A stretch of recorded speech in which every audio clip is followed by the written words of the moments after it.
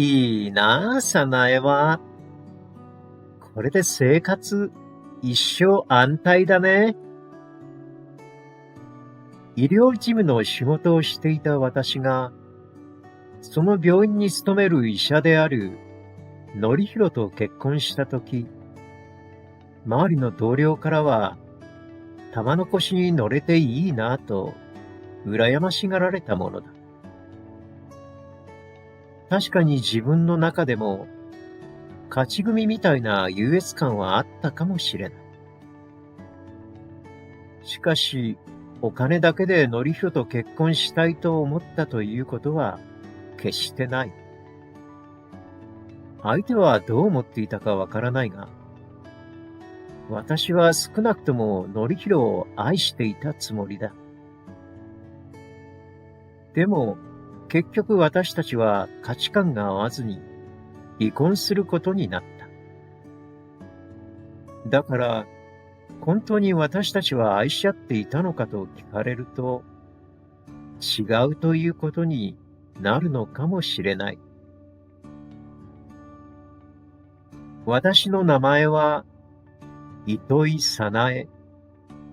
元旦那である則弘は、大学教授の母親と医者をしている父親という家庭で育った生粋のお金持ち。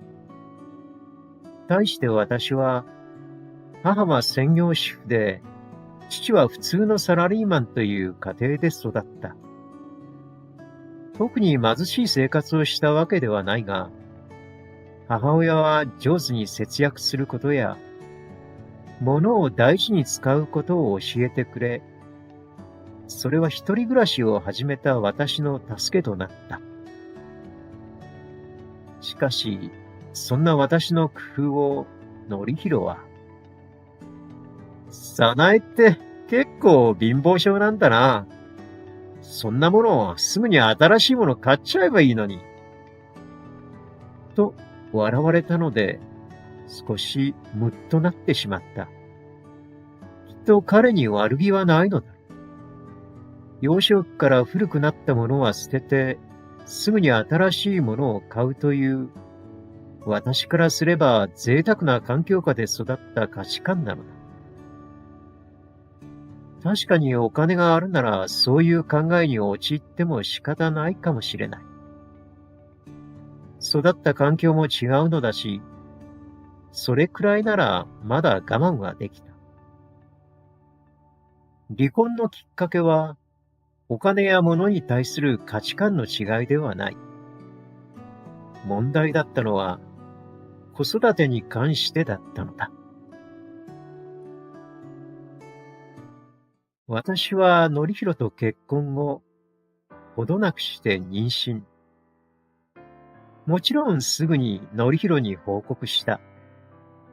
すると彼は、おー、よくやったぞ、早苗。と、私のお腹を優しく撫でた。待望の第一子をお腹に宿し、私たちは歓喜の中にいた。しかし、状況は突如として一変する。それは私が、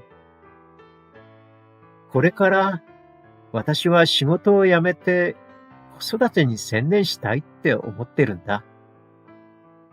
と言った時だった。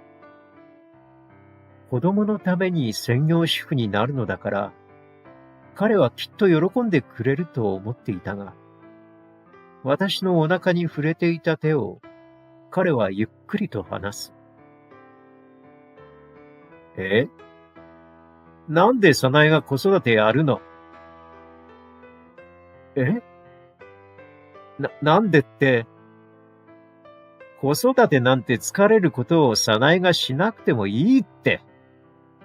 ベビーシッター雇って、少し成長したら、保育園に入れればいいよ。と、さぞ当たり前かのように言ったので、私は驚いた。そりゃ、子供が早く他の子と触れ合ったり、集団生活になれるためにも、保育園に入園させたいとは思ってるけど、せっかくの私たちの子供なんだから、そんなに早くから入れなくても、当分は一緒に育ててあげましょうよ。すると、のりひろは不思議そうに、ええ、ちょっと、さなえさっきから何めんどくさいこと言ってるの。子供を育てることを仕事にしている人に任せた方が効率的だろと言ってきたので、私は呆れる。それと同時に、何かふつふつと怒りのようなものが湧いてきて、感情に任せて、あなたがそんなに子供に冷たい人だなって思わなかったわ。と言い返してしまった。私の態度に夫もカチンときたのか。は？何その言い方。と、そのまま大喧嘩になってしまったのだ。結婚して新婦の前で愛を誓い合っても、夫婦の関係はちょっとしたいざこざで壊れてしまうということだなと、その時分かった。結局、ダムが決壊したかのごとく、私たちはお互いの気持ちを理解し合えないまま、関係はギスギスしていき、子供が生まれる前に離婚となってしまったのだ。離婚してから私は女の子を産み、女手一つで育てることにした。実家に帰ることも考えたが、さすがに夫からの養育費だけでは育てるのも厳しく、子供を育てながら新たに仕事を見つけるのも大変だという結論に至り、働いていた病院に残り、産休を取ることにしたのだ。幸いにも夫は、この春別の病院へと異動になったので、それもちょうど良かったということもある。生まれた子には、雪恵と名付けた。ちょうど彼女が生まれた時が雪の降る夜だったからというシンプルな理由だが、雪のように美しい女性であれという意味合いも込めて、その名前を選んだ。初めての子育てには不安はあったが、雪恵の可愛い寝顔を見ていると、産んでよかったなと私は思った。シングルマザーということになってしまったが、幸いにも近くに住む両親の助けがあったので、私は仕事と子育てと家事を何とかこなせていた。ほーら、ゆきえちゃん、ベロベロばーと、父は孫娘をいつも笑わせようと必死である。親の都合でゆきえから父を奪ってしまったが、みんなに愛されて育っている。そのことをいつか分かってほしいなと、私は勝手な願望を娘に抱いているのであった。それから4年後、ゆきえはすくすくと成長し、4歳になった。いつもわんぱくな彼女を見ていることが、私の一番の楽しみであった。結婚当初、私は夫に保育園に預けることを反対した立場ではあったが、シングルマザーとなった今、嫌顔でも預けざるを得ない。結局同じ状況にはなってしまってはいるが、夫の考え方とは違うと自分に言い聞かせていた。ママ友もできたし、保育園の先生にもたまに愚痴に付き合ってもらって、ストレスを発散させてもらったりと、私にとっても、ゆきえの保育園通いは良い選択だったと思っていた。しかし、ゆきえに関しての悩みは尽きない。先生の話によると、ゆきえちゃん、本当に可愛いんですけど、ちょっと他の子のお菓子を取ろうとしちゃったりする時があるんですよね。そんな感じで、幸恵はややわがままな一面を園で覗かせているらしい。そうですか。うちでもやんちゃなところに手を焼いてるんですよね。やっぱり父親がいないことと関係しているのでしょうかね。と私が心配そうに語ると先生は、それは関係ありませんよ。どの子もみんな似たような感じなので、今はそういう時なんですよ。そう優しくフォローを入れてくれた。ママ、早く帰ろうよ。つい先生と長話をしてしまい、娘がしびれを切らしてぐずり出した。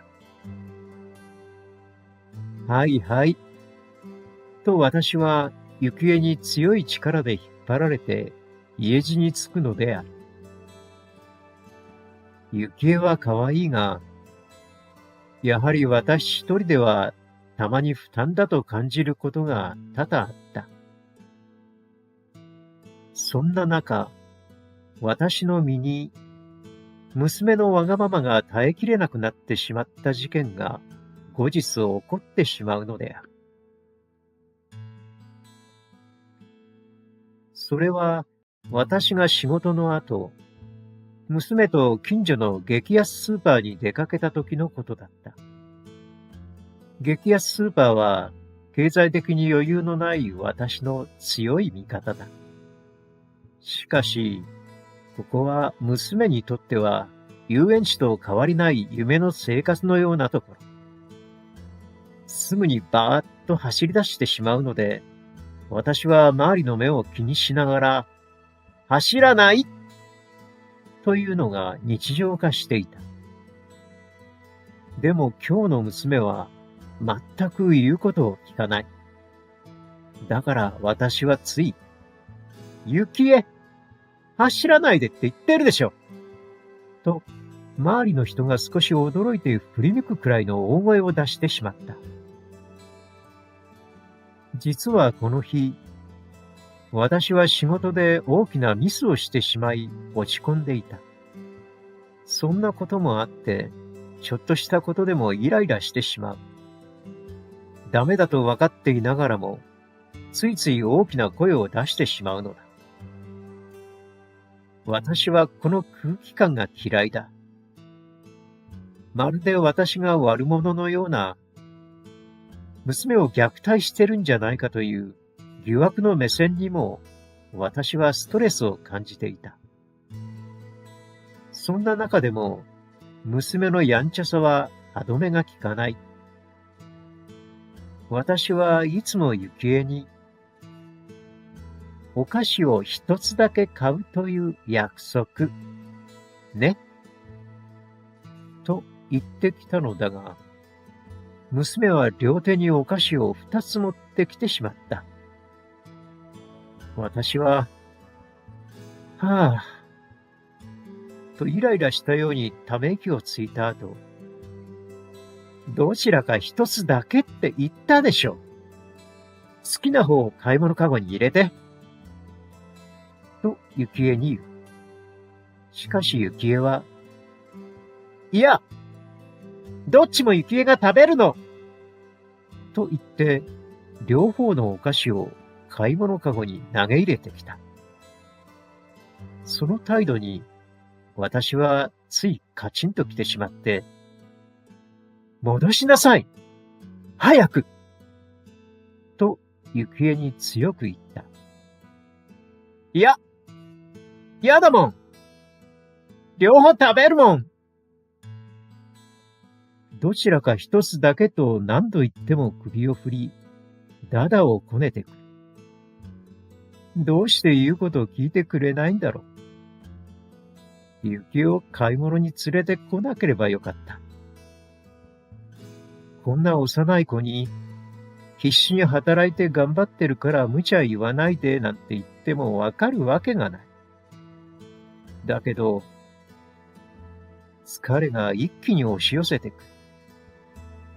お菓子コーナーでダダをこねる子供と私を横目で見ていく人たちもいる。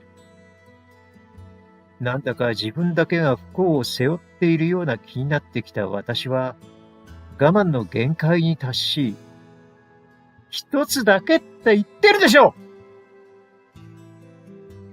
と、両方とも商品を戻そうとすると、幸恵は、わー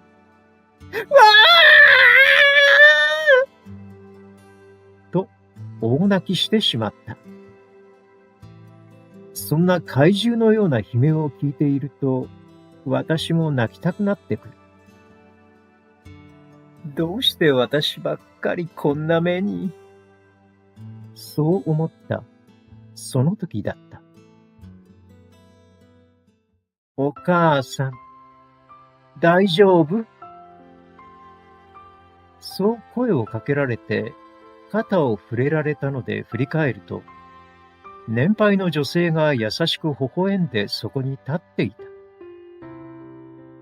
子供はこっちの事情なんてお構いなしで揺さぶりをかけてくるから大変よね。はい。突然のことで私は困惑したが、女性の慈愛に満ちた表情を前にすると、心が軽くなっていくような感覚がした。でもあなた、一生懸命に子供さんに言い聞かせていて素晴らしかったわよ。イライラさせられることもあるけど、子供にとっては親が一番の存在。親から学ぶこともきっと多いはず。この子もあなたの頑張りからすでにいろんなことを学んでるはずよ。もちろん、これからもね。と私のことを褒めてくれた。その言葉に私は正直泣きそうになるのを耐えることで精一杯だった。私はずっと娘に怒鳴りつけるダメな母親だとどこかで罪悪感を覚えていたから、この女性に励まされ、本当に救われた気がした。年配の女性は、幸恵の視線まで膝をかがめると、お母さんと一緒に買い物に来れていいね。と優しく声をかけてくれた。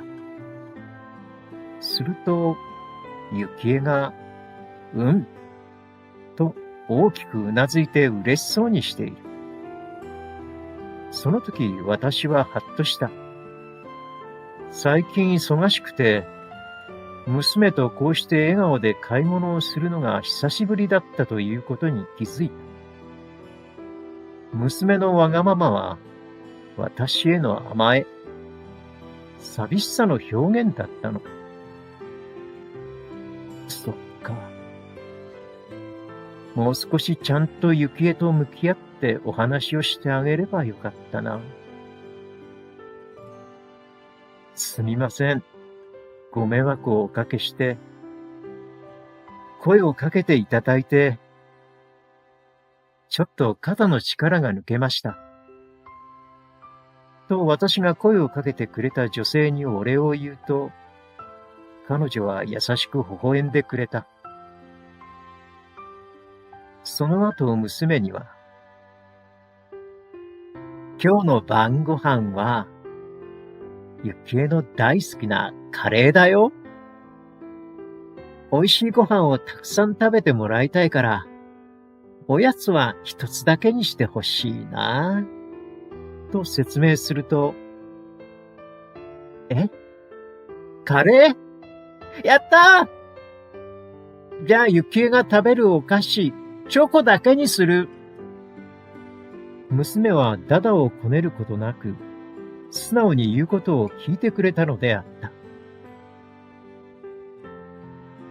旅は道連れ、世は情け、という言葉があるが、私は年配の女性と出会って、その言葉がふと浮かんだ。あの人も私と同じ女性として、そして母としての道を先に歩いた先駆者なのかもしれない。誰だって子育ては一筋縄ではいかない。それでも、助けてくれる人が家族以外にもいると思うと、少しだけこの世の中にも希望が見出せた気がした。まだ幸恵に対し余裕を持てないことはたくさんあるが、それでも娘との時間を大切に過ごして成長を見られることに喜びを感じている。今はわがままでも、いつかは大きくなり、幸恵は私の元から巣立っていくだろう。人生100年のうち、私が幸恵と一緒に過ごせる時間なんて、ほんの数十年。きっと過ぎてしまえば、このわがままも、あの時は可愛かったなと思えるようになるのだ。だからこそ、今は親だから教えられる大切なことや愛情を目いっぱい注ぎたいと思っている。